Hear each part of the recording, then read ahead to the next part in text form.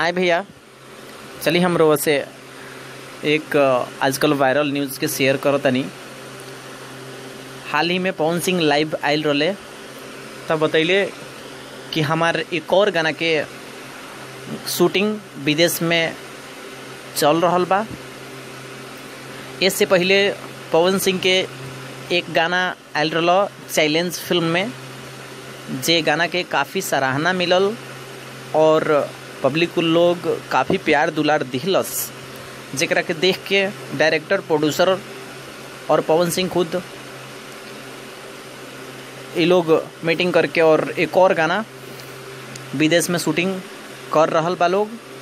और आए वाला दिन में ही पता चल पाई कि कौन गाना बा।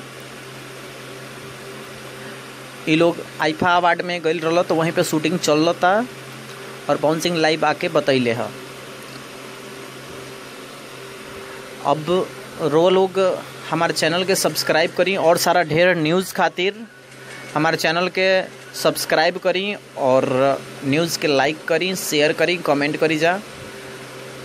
और सारा मोर अपडेट खातिर चैनल के ज़रूर सब्सक्राइब करी, ऐसे रो लोग की सुविधा हुई और सारा न्यूज़ जाने में हमारे चैनल के रो लोग ज़रूर सब्सक्राइब करी।